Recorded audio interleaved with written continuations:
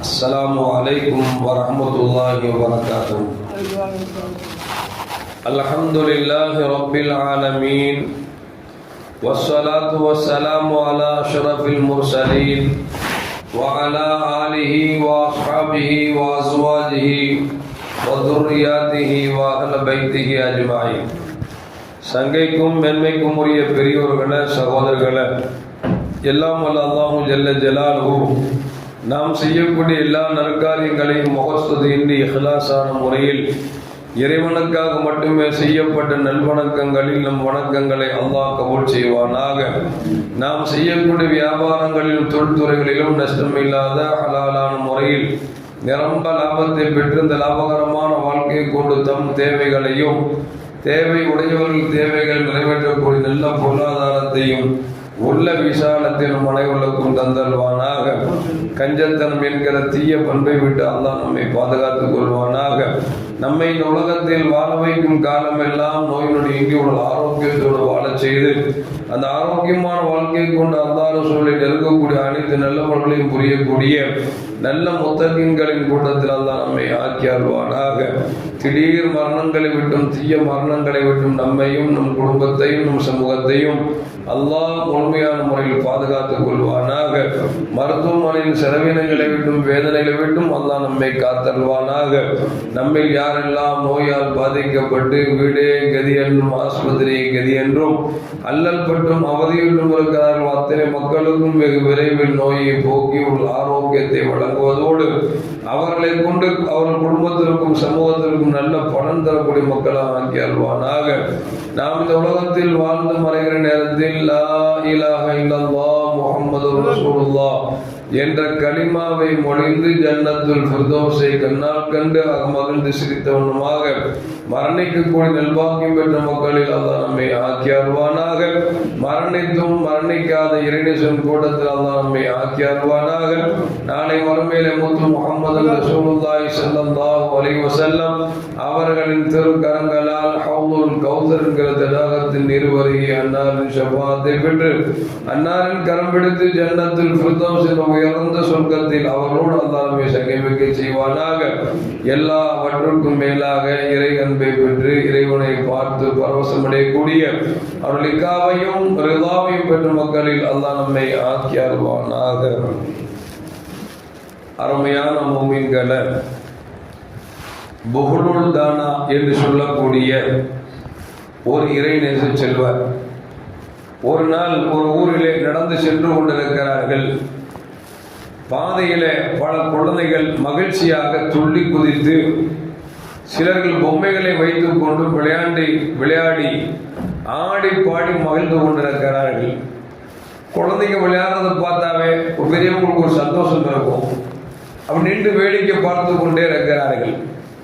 ஒரே ஒரு குழந்தை மட்டும் ஒரு ஓரம் சாரமாக அமர்ந்து மிக சோகமாக அமர்ந்திருக்கிறது. எல்லா குழந்தைகளும் விளையாண்டு கொண்டிருக்கிறார்கள். மகிழ்ச்சி கழிப்பிலே துள்ளி குதித்து கொண்டிருக்கிறார்கள்.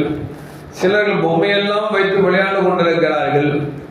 ஒரே ஒரு சிறுவர் மட்டும் ஓரம் சாரமாக உட்கார்ந்து அமைதியாக மிகவும் சோகமாக காட்சி அளிக்கிறார். புஹுலுல் தானா இறைநேச செல்வர் அல்லவா? யார் ஓரம் ஜனமாக உட்கார்ந்து அமைதியாக இருக்கிறாரோ, சோகத்தோடு இருந்தாரோ, சிறுவனத்தில் சென்றார்கள். சென்று கேட்டாங்க, என்னப்பா எல்லாரும் குதிச்சு ஆடி பாடி மகிழ்ந்து விளையாண்டுட்டு இருக்காங்களே, நீ மட்டும் இப்படி ஓரமா சோகமா இருக்கிறிய, வா என் கூட அப்படின்னு சொல்லி தோளை கையை போட்டுட்டு அப்படியே அழைத்து கொண்டு கடைவீதிக்கு வருகிறார். வந்த உடனே, தம்பி உனக்கு என்ன வேணும் அப்படின்னு சொல்லி கேட்கிறாங்க. அவர் சொல்றாரு, எனக்கு எதுவுமே வேண்டாமே அப்படிங்கிறார். இல்ல பரவாயில்லப்பா, நான் வாங்கி தர்றேன், நீ நல்ல மகிழ்ச்சியா போய் விளையாட வேண்டியதானே, சந்தோஷம், உனக்கு சந்தோஷத்தை எது தருமோ கேளு, நான் தருகிறேன் என்று சொல்லுகிறார். அந்த சிறுவர் எனக்கு வேண்டாம் என்கிறார். ஏன் சோகமாக இருக்கிறாய், விளையாடம் இருக்கிறாய் என்று புகழ் தோணம் மீண்டும் கேட்கிறார். அந்த சிறுவர் சொன்னார், அல்லாஹ் என்ன சொல்றான் தெரியுமா? அப்ப ஹசிபத்தும் அன்னமா கலக்கனாக்கும் அபதம் அன்னக்கும் இலையினா நான் துரிஜாவும். அல்லாஹ் எப்படிப்பட்ட வசனம் சொல்றான் பாருங்க. அப்ப ஹசிபத்தும் நீங்கள் எண்ணிக்கொண்டீர்களா, அன்னமா கலக்கனாக்கும் அபசன், உங்களை அல்லாஹ் வீணாக படைத்து விட்டான் என்று நினைத்துக் கொண்டீர்களா? அன்னக்கும் இலையினால் ஆத்துருஜாவும், எப்படியா இருந்தாலும் ஒரு நாள் என் மீள தானே போகிறீங்க அப்படின்னு அல்லாஹ் சொல்றானு.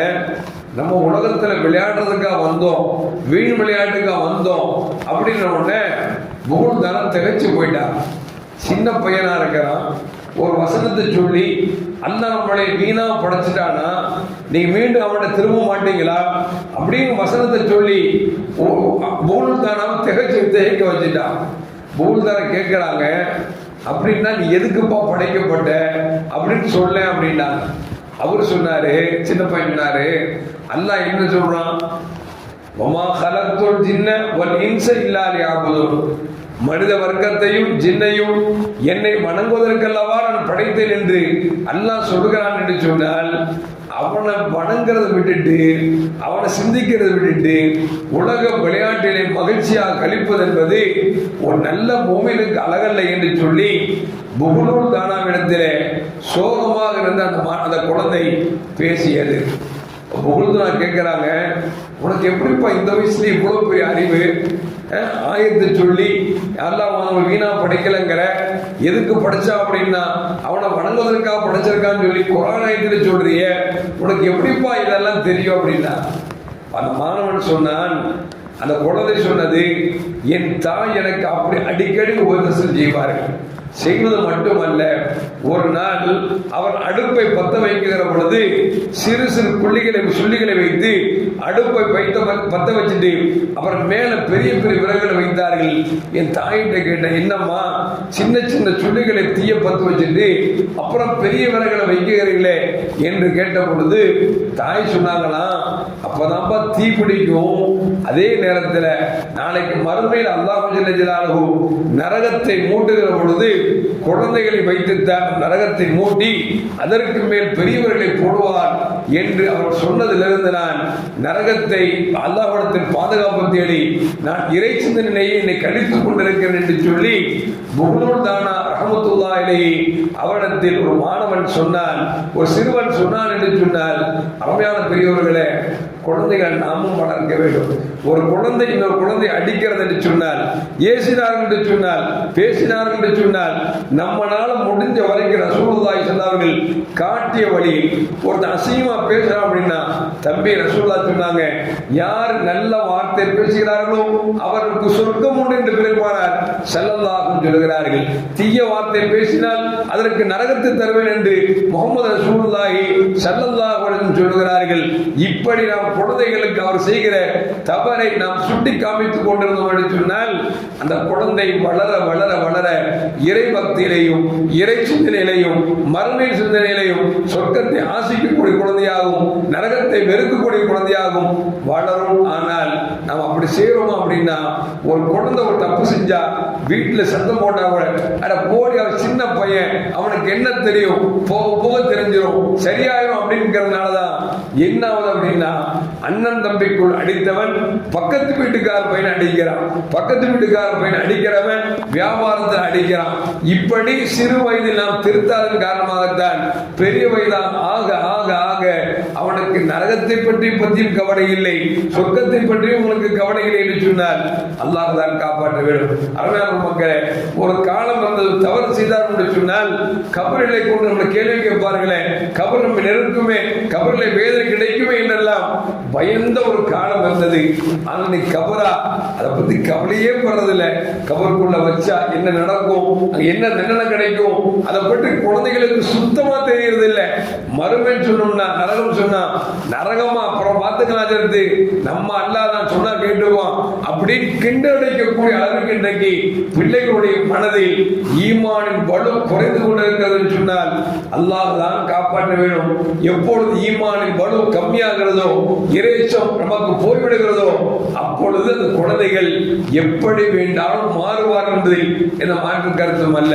நேற்று ஒரு செய்தி பார்த்திருப்பீங்க, துபாயில் நினைக்கிற கணவன் மனைவிக்குள்ள சின்ன பிரச்சனையா, அந்த பிரச்சனையில மனைவி கணவனை கொள்ளணும் முயற்சி பண்ணிட்டா, என்ன செய்யலாம், மயக்க மருந்தை கொடுத்து அவனை படுக்க போட்டுட்டு 2 மூட்டை சிமெண்ட் கலவை கொண்டு கணவனுடைய மேல மூஞ்சி மட்டும் தெரிகிற மாதிரி வச்சு அப்படியே பூசிட்டான். அவன் முடிச்சு பார்க்கறான், சமாதி உயிரோடு வச்சுக்கிட்டு இருக்கிறாங்க, அவன் உடைக்கிறது கூட செத்து போயிட்டான் அப்படிங்கிற தகவல் வருது. அப்படின்னா ஒரு கட்டிய மனைவிக்கு இவ்வளவு கொடூரமான மனம் வந்ததற்கு என்ன காரணம்? அல்லாஹ் ரசூலுடைய பயம் இல்லாம போச்சு. அல்லாஹ் ரசூலுடைய பயத்தை நமக்கு உள்ளுக்குள் கொண்டு வருகிற பொழுதுதான், குழந்தைகளுக்கு ஊட்டுகிற பொழுதுதான் பெற்றெடுத்த பெற்றோர்களை குழந்தைகள் கவனிப்பார்கள். ஏசி பேசாமல் அவர் கண்ணியத்தோடு பார்ப்பார்கள். நாம் எப்பொழுது இறை பயத்தை கொடுக்கவில்லையோ அப்பொழுது நாம் நினைச்சுக்கணும், நம்ம பெத்த புள்ள நமக்கு ஒரு பொருளும் தராது அப்படிங்கிறத மனசில் வச்சுக்கணும். எதுக்கு சொல்ல வர்ற அப்படின்னா, புஹுலுத்தானா ரஹ்மத்துல்லாஹி அவளுக்கு இந்த குழந்தை பேசிய அந்த வார்த்தைகள் எல்லாம் குழந்தைகளுக்கு சொல்லிக் கொடுக்க வேண்டும். எல்லாம் அல்லாஹ் ஜல்ல ஜலாலுஹு நாம் பெற்றெடுத்த பிள்ளைகளுக்கும் நமக்கும் இறை பக்தி அல்லாஹ் நிரம்ப தந்தருவானாக. அஸ்ஸலாமு அலைக்கும் வரஹ்மத்துல்லாஹி வபரகாத்துஹு. ஸல்லல்லாஹு அலா முஹம்மது ஸல்லல்லாஹு அலைஹி வஸல்லம். ஸல்லல்லாஹு அலா முஹம்மது ஸல்லல்லாஹு அலைஹி வஸல்லம். ஸல்லல்லாஹு அலா முஹம்மது யா ரப்பி ஸல்லி அலைஹி